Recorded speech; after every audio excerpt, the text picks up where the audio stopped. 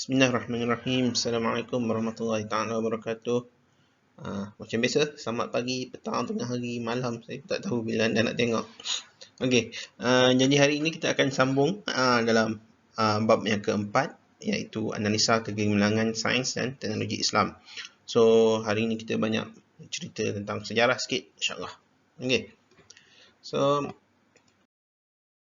hasil pembelajaran hari ini kita akan dapat tengok bagaimana sains dan Islam ini bersumberkan wahyu. Dan yang kedua, praktis ilmu bersepadu. Apa benda pula tu? Okey, tak apa. Jadi kita bincang. Seterusnya, pembudayaan ilmu dan juga komitmen pemerintah. Maknanya kita nak tengok bagaimana pembudayaan ilmu dan juga komitmen pemerintah ketika dulu membantulah dalam perkembangan sains Islam itu.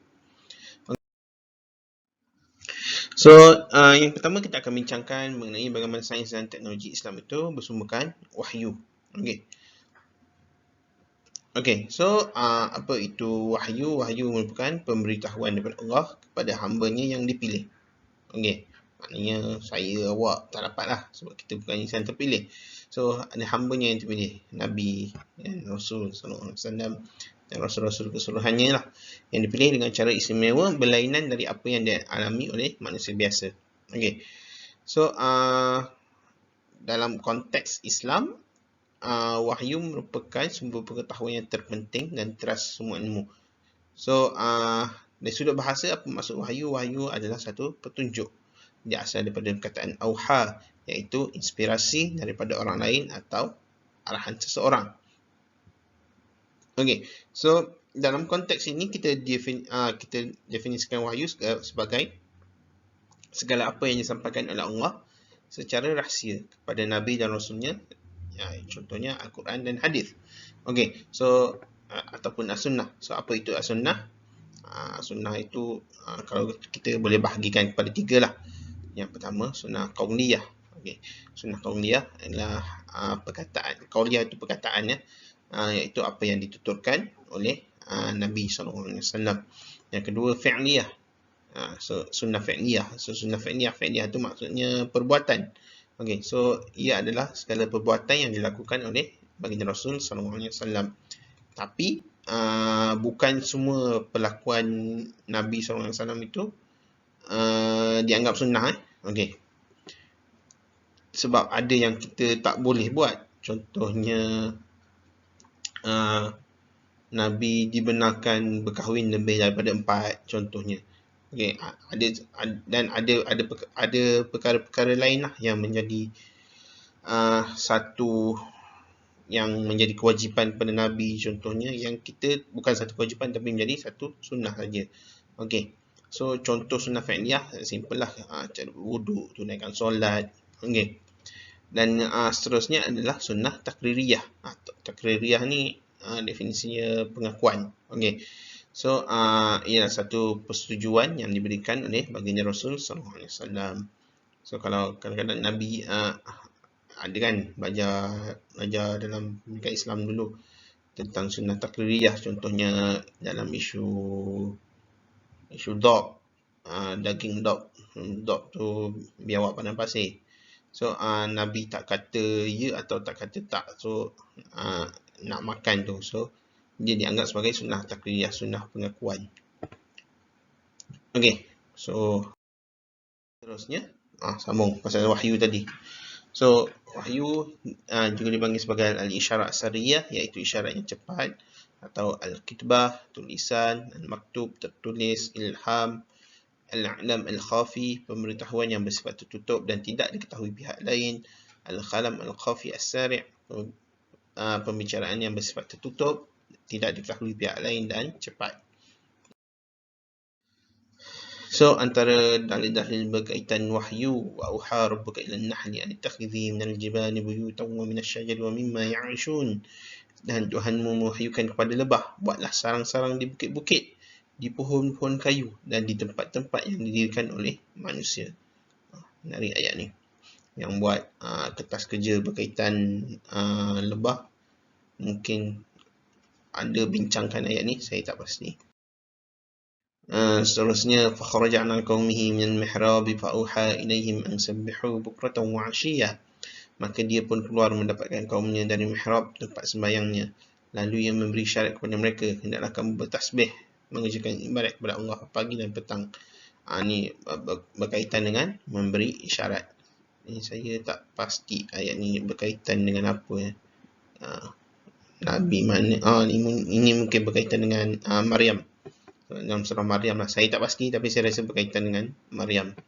Okey. So, apa peranan wahyu? Okey. So, peranan wahyu yang pertama adalah untuk membuktikan kewujudan Allah SWT. Okey, selain itu wahyu juga berperanan sebagai sumber ilmu sains. Ya, sebab sebelum ni kita ada bincangkan kan beberapa ayat yang menerangkan tentang konsep-konsep sains atau kejadian manusia yang ramai pun dah mula buat kertas kerja kan tentang alam cakrawala, tentang lebah dan sebagainya. Okey, so dia boleh menjadi satu sumber. Okey. Dan dia menegakkan kebenaran ilmu, maknanya dia kita nak ilmu tu kita jadi satu yang penting lah. Okey. Dan kita juga menolak hukum khurafat dan tahyul, maknanya kita tak wahyu ni menolak lah hukum khurafat dan tahyul. Yang mengarut tu ditolak oleh wahyu. Dan satu aspek lain ialah menggalakkan pembangunan sains dan teknologi. Sebab kita tengok ada peranan, ada ayat Al-Quran yang menyuruh kita baru kita bincangkan tentang konsep khalifah kan. Khalifah kena memakmurkan muka bumi, menggalakkan pembangunan yang baik dan sebagainya. Itu salah satu aspek yang menggalakkan pembangunan sains dan teknologi. Okey, seterusnya kita sambung tentang konsep praktis ilmu bersepadu. Okey, apa maksud dia? Maksud dia kita tak memisahkan antara cabang-cabang ilmu. So, kajian itu bersifat menyeluruh. Sebagai contoh, kajian alam fizik tidak terpisah daripada metafizik. Apa pula fizik dengan metafizik ni? Nanti mungkin boleh cari dan kita bincang dalam S2 nanti. Okey, so dalam praktis ilmu sepadu ini tidak terpisah daripada kepercayaan kepada Allah SWT, dijadikan sebagai asas kajian untuk menambahkan lagi keimanan kepada Allah SWT. Okey. Okey, ini satu rangka yang menunjukkan perhubungan antara manusia dengan manusia, manusia dengan alam sekitar dan manusia dengan Tuhan. So, antara manusia dengan Tuhan itu apa hubungan dia? Hubungan dia adalah melalui ilmu wahyu. Kalau manusia dengan manusia, ilmu kemanusiaan. Kalau manusia dengan alam sekitar, ilmu sains tabi'i. Okey. So, ada kesepaduan di situ antara manusia, Tuhan dan alam sekitar. Okay. Dan dari kesepaduan ilmu ini melahirkan insan yang melaksanakan pembangunan lestari. Maknanya kita ada akidah Islam. Dan daripada akidah itu kita belajar tentang akhlak. Okey. Daripada akhlak itu kita bukan soal antara hubungan kita dengan manusia saja atau hubungan kita sesama Muslim saja, tapi juga ada ilmu kebangsaan tabi'i, maknanya ilmu dengan manusia yang lain, dan juga akhlak terhadap ilmu sains, kan? Maknanya perlu ada etikanya dan sebagainya. Jadi hasil daripada kesepaduan ini harapnya dapat melahirkan insan yang melaksanakan pembangunan lestari. So, dia menyatupadukan pelbagai aspek kehidupan manusia lah. Biasa kita sebut Jerry kan. Jasmani, emosi, rohani, intelek. Dan tujuannya apa? Tujuannya kita bukan setakat nak kebahagiaan di dunia atau kebahagiaan akhirat semata-mata. Tapi kita nak dua-dua ini. Kita nak ada kesepaduan antara kebahagiaan dunia dan akhirat. Okey, so falsafah kesepaduan dan Islam, tunjangnya apa? Tunjangnya adalah ilmu dan amal. So, intipatinya bagaimana? Intipatinya apa? Intipatinya adalah ilmu yang kita bahagikan kepada ilmu fardu ain dan fardu kifayah, dan juga ilmu wahyu dan ilmu aqliyah. Kaedahnya apa? Kaedahnya melalui penyaluran ilmu dari hati, dan hatilah yang mendidik akal. Maknanya hati guide how we think, what we do. Okay. So, tujuan integrasi ilmu dengan iman ini membolehkan para ilmuwan, sarjana, pemikir cendekiawan dan intelektual bukan setakat membangunkan diri, tapi kita nak membangunkan masyarakat dan juga membangunkan alam ini. Dan ini merupakan salah satu usaha kita dalam mengabdikan diri kepada Allah SWT. dan menyempurnakan amanah sebagai khalifah Allah. Ini kita baru bincangkan tentang prinsip ubudiyah, tauhid, tazkiyah dan khalifah kan. Okey.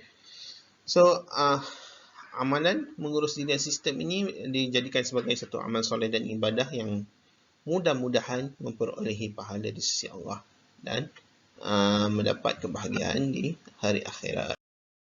Okey. So seterusnya kita pergi kepada kepentingan ilmu. Okey. So dengan adanya ilmu kita boleh menjalankan ibadah dengan sempurna.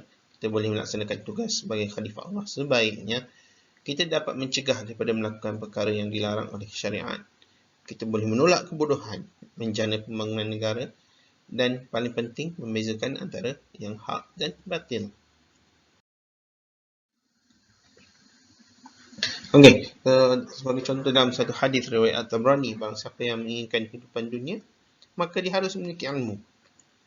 Barang siapa yang menginginkan kehidupan akhirat, maka dia harus memiliki ilmu. Dan barang siapa yang menginginkan keduanya, maka itu pun harus dengan ilmu. Maksudnya kita nak kerja dunia, kena ada ilmu. Nak kerja akhirat, kena ada ilmu.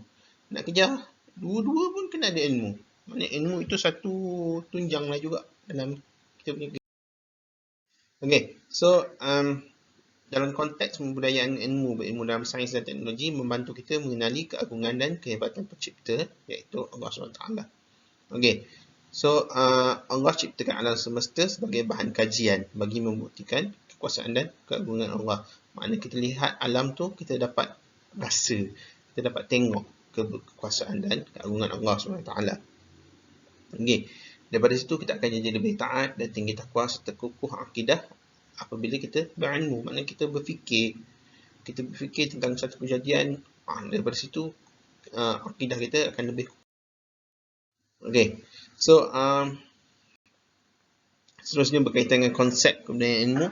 Ia merupakan kewujudan satu keadaan atau suasana yang menunjukkan setiap lapisan masyarakat dengan kegiatan keilmuan pada setiap kesempatan atau ruang. Maknanya in a way nak ceritanya kita nak pembudayaan ilmu ni maknanya ada satu ruang yang disediakan di mana orang berbincang atau berbicara tentang ilmu. Okey, so in a way macam universiti lah juga sebenarnya. Macam kita ni kan, satu ruang untuk kita menambah ilmu, berbicara tentang ilmu.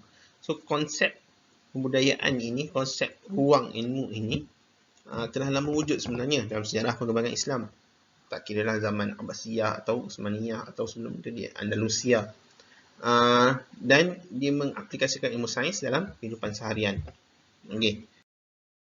Okey, selanjutnya kita berbicara tentang komitmen pemerintah. Okey, so pada ketika itu, sikap pemerintah sangat meminati ilmu.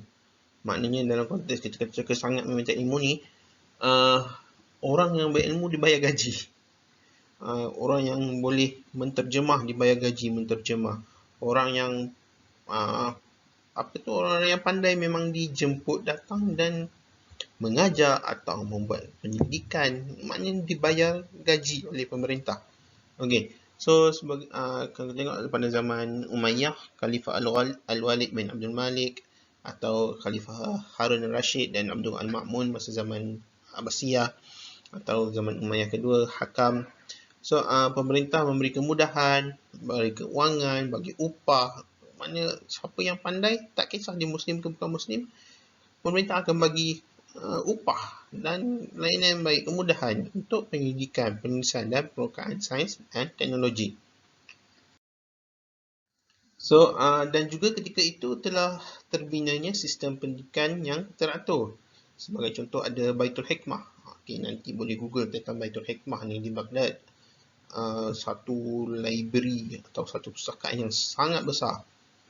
Cuma sayangnya ketika Mongol datang menjarah Baghdad, habis dibakar semua yang ada di Baitul Hikmah. Sebab orang Mongolia ini pada ketika itulah orang Mongolia, orang yang kasar, orang yang tidak, orang nomad, orang yang tidak appreciate ilmu.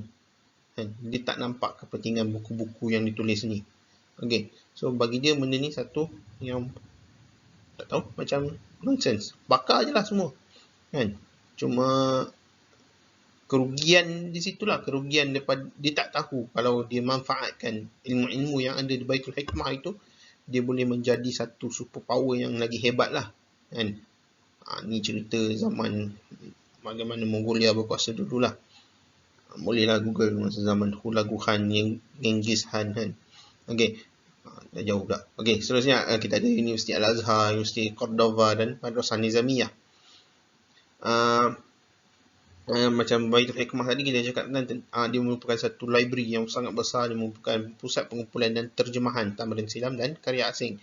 Karya-karya Plato, Aristotle, apa semua pun diterjemahkan di situ kan. Okey, juga terdapat Balai Cerap yang merupakan pusat pengembangan sains dan teknologi seperti astronomi. Okey. Dan zaman-zaman ini juga lahir tokoh-tokoh seperti Ibn Sina, Al-Razi, Al-Khwarizmi dan lain-lain. Banyak lagi ilmuwan Islam. Sebab apa? Sebab pemerintah bagi duit dan fasiliti tu tersedia. Contohlah kalau macam kita lab disediakan. Bukan setakat lab disediakan, kita jemput penyelidik terbaik di dunia, bagi dia gaji yang tinggi. Daripada situ dia akan didik dan bimbing orang-orang di sekelilingnya. Dan lab itu juga lengkap dengan segala kemudahan. Maknanya daripada situlah berkembang kan. Okay. So, kalau kita tengok antara faktor kemajuan sains dan teknologi Islam, salah satu kita boleh nampaklah daripada sudut galakan Islam itu sendiri untuk menuntut ilmu, dan peranan pemerintah ini sangat penting. Kewujudan institusi bercorak akademik, maknanya bercorak akademiknya maksudnya sistem pembelajaran itu sudah tersusun kan. Maknanya kita tak boleh bayangkan dulu ada universiti yang kita kena masuk 7 kelas ke, ada credit hours apa semua. Maknanya itu satu sistem yang tersusun lah. Cuma corak tersusun zaman dulu tu lain. Maknanya zaman dulu sebelum wujudnya corak akademik yang tersusun, dia berterabur. Orang belajar one by one ke kan. Cuma bila dah wujudkan institusi bercorak akademik, dia lagi berkembang lah. Selain itu, peranan sejarah Islam dan juga perdagangan antarabangsa. Perdagangan antarabangsa ni juga penting. Maknanya bukan setakat barang yang diperdagangkan, tapi orang juga datang kan. Maknanya orang-orang yang pandai, orang saintis yang hebat, tak kisah agama mana atau bangsa apa, dia datang tempat yang ada fasiliti lengkap, dia boleh kembangkan lagi segala ilmu pengetahuan dia. Itu antara faktor kemajuan ni lah. So, kalau kita tengok ini Baitul Hikmah lah, ni Baghdad yang merah tu kan. Baghdad ni satu pusat ilmu yang sangat-sangat hebat tapi sayanglah sekarang ni dah jadi macam tu kan. So, di zaman Rasulullah, apa pencapaian zaman Rasulullah terhadap sains? So, dia kalau tengok zaman itu pun masih asas lah. Okay, so dan teknologi binaan pun masih asas. Contohnya, tapi sudah ada lah. Contohnya pembinaan Masjid Quba, Masjid Nabawi. Maknanya bukan dalam bentuk yang kita nampak sekarang. Nampak sekarang macam dah gah besar kan. Cuma lain lah. Zaman dulu tu lain lah. Dan juga dalam teknologi pertahanan. Kita nampak lah perang, teknik pertahanan. Contoh ada perang Khandaq kan. Perang Khandaq mana ada bina parit, ada gali parit kan. Itu satu teknik kan. Ni gambar contoh lah Masjid Nabawi dan juga Masjid Quba.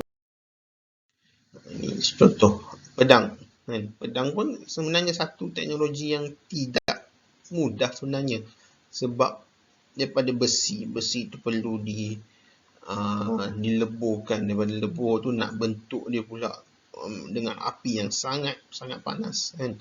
Itu pun satu teknologi yang hebat jugalah sebenarnya, dan bukan semua orang, bukan mudah lah untuk membentuk pedang yang tajam. Zaman Khulafa Ar-Rashidin, sebagai contoh zaman Umar Al-Khattab, telah bermula teknologi pengairan, membina terusan dan empangan. Ini satu teknologi yang agak sangat penting sebenarnya, sebab terutama di kawasan yang panas lah. Macam mana kita nak salurkan air daripada kawasan yang ada air ke tempat yang tak ada air. Maknanya daripada situ kita telah meluaskan kawasan yang boleh ditanam. Okay, zaman Uthman bin Affan telah mula ada teknologi pertahanan, telah mula ada teknologi pengangkutan jalan raya, jambatan, rumah rehat, tapi bukan dalam form yang kita nampak sekarang lah. Makna form dia mungkin lebih sangat basic lah. Okay. Dan zaman Ali sudah mula ada teknologi pertahanan, sudah mula bina markas tentera. Okay, so di zaman Umayyah telah dibina yang pertamanya hospital pertama di Damsyik, Damsyik di Syria sekarang lah, oleh Khalifah Al-Walid bin Abdul Malik. Dan juga dibina hospital penyakit kusta oleh Khalifah Umar bin Abdul Aziz.